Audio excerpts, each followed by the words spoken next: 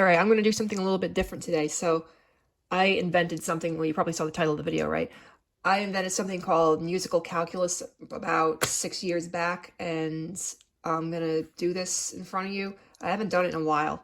So, I'm just doing this on the fly. I'm not going to make it into something where I sit and rehearse it. But anyway, I like to do this with colored pencil because it's like art to me. So look, as I do this, I need you to distance yourself from the common perception of what mathematics can be, what it has to be. I'm looking at this as like a artistic way of forming calculus function, and so I like to make it pretty with colored pencils and stuff. So anyway, I'm going to start. All right, well, a function in calculus is the study of infinite change, the way geometry is the study of shape. So I like to say that a function is basically like a system describing like a set of variables, which can be a number of things, but as long as like the numbers that are, or the factors that are plugged into those variables still work with the rest of the equation, then it's one of many different ways that the function can be mutated.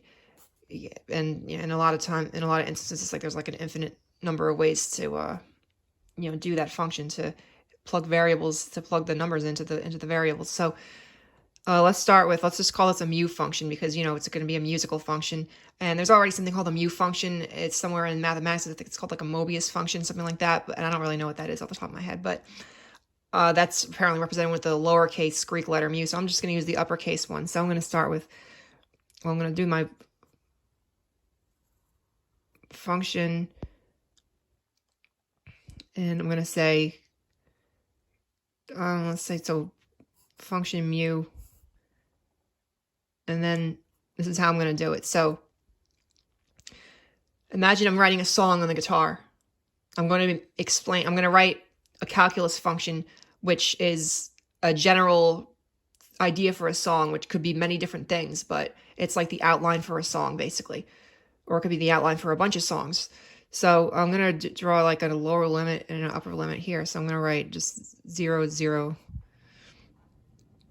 saying that it's a song that goes from the time 0 until the time, let's say I want the song to be 3 minutes, for argument's sake.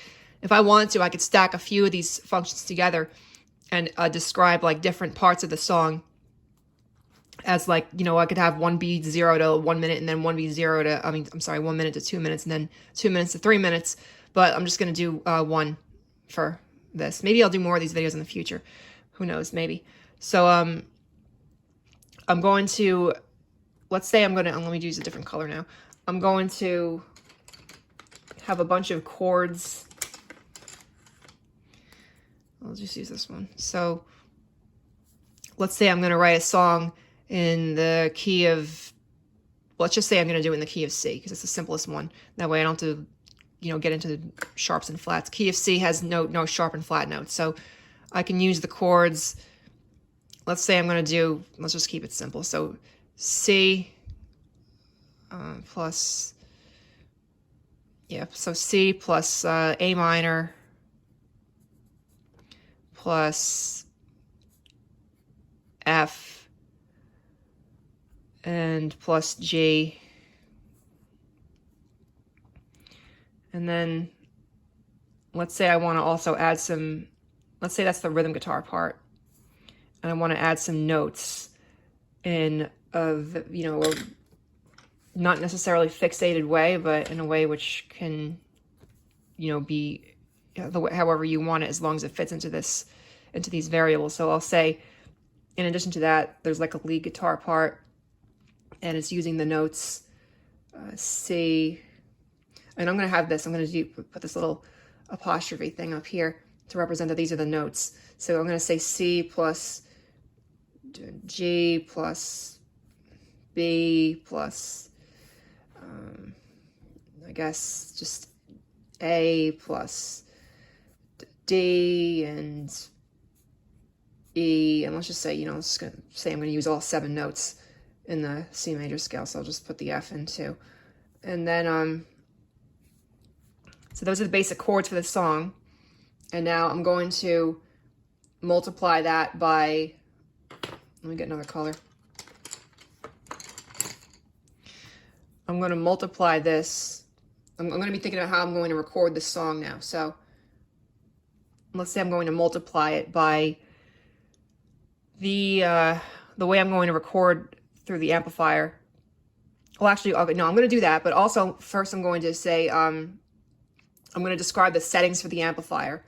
So let's just say times, let's say my amplifier's got like a pre-gain setting. And I could like sit down and actually, since I'm saying it out loud, I'm not going to do this, but if I were going to just like write one of these out and expect somebody else to figure it out, I could like write down, well, you know, this variable is supposed to represent this, and this variable is supposed to represent that. So this P is going to be your pre-gain for the amp. I mean, if you know anything about guitar amps, you've used one before, then, you know, you'll know that they've got like a bass section and mid, treble. Maybe you don't know them that well, but whatever. So there's pre-gain, which is just, well, gain is the ratio between input volume and output volume, but I mean, that's like a technical term. Basically, it just makes the pre-gain makes everything sound more distorted and more heavy, like there's more electricity flowing through your signal. And yeah, I'm using, you know, electric guitar in this case. So pre-gain, and then, I mean, I guess I could say, just for argument's sake, we'll just say plus. I could say times also if I wanted to, but I'm going to say pre-gain plus the, for the bass, the middle, the treble, the resonance, and the presence, which I'll say, I'll make that S, plus the post gain, which is really just the volume. Oh yeah, hold on. Forgot to put these up here.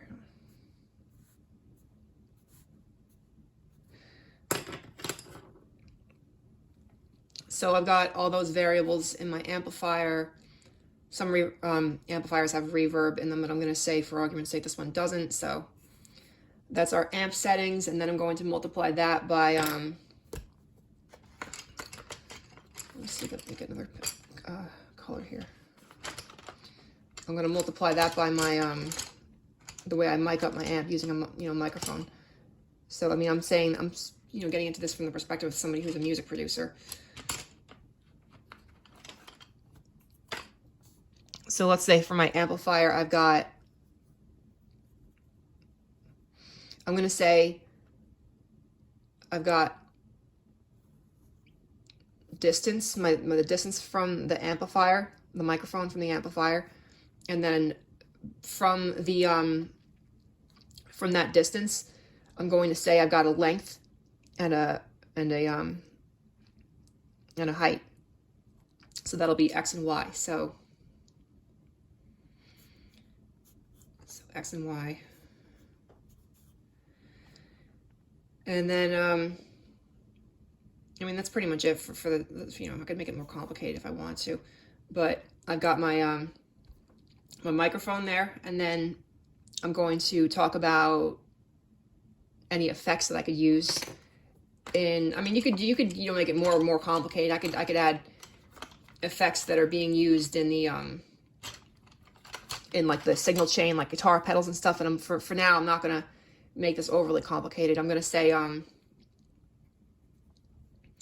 I've got in my digital audio workstation, when the song is already recorded, I'm going to add effects. So I'm going to say, let's say I want to do, and I'm going to, in no particular order, because, you know, order matters when you're producing, but here I'm just going to say, I'm just going to put this in whatever order. So, well, I mean, usually I would start with the compressor. So I'm gonna say this is the compressor. I'm just gonna write CO because I already have a C, whatever. So then EQ, and let's say a saturator, and an expander, that's a plug-in in mixing, and then let's say I'm going to have, maybe I want a chorus or something like that.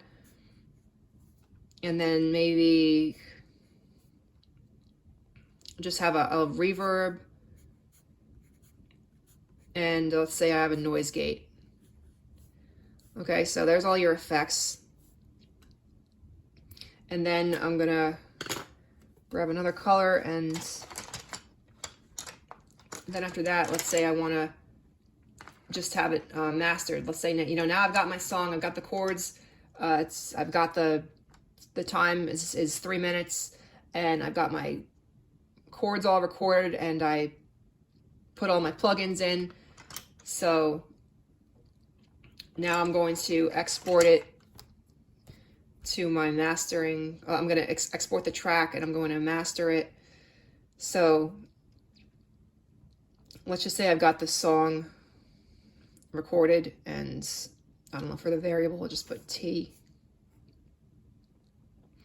I'll say, so let's say call it T0, and then I'm going to, you know, add it to the mastering. I'm going to add the mastering to it. So I'm going to say that, so, okay, when you export a mix, you end up with this one long track, and then after that, you're going to have to re-import that track into the workstation. And I'm going to say that now I've got the song like being reintegrated with other effects that I'm going to use as mastering tools. So I'm going to say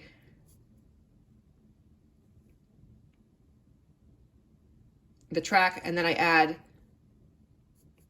you know, essentially the second version of the track, plus I'm going to use a multi-band compressor, and I'm going to call that MC, and then I'm going to add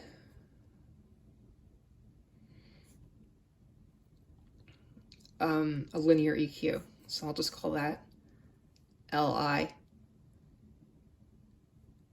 And then, you know, actually I'm gonna change this to multiply. So yeah, that's a dot now. And I mean, that's basically an explanation of the whole function. Like, you know, I made this fairly simple because I could make these more complicated. But basically what I did was, so I have a song that's 3 minutes long. That's one of the criteria, so that it fits into the function. And then I've got these chords and these, you know, notes for any lead guitar parts that I want to add.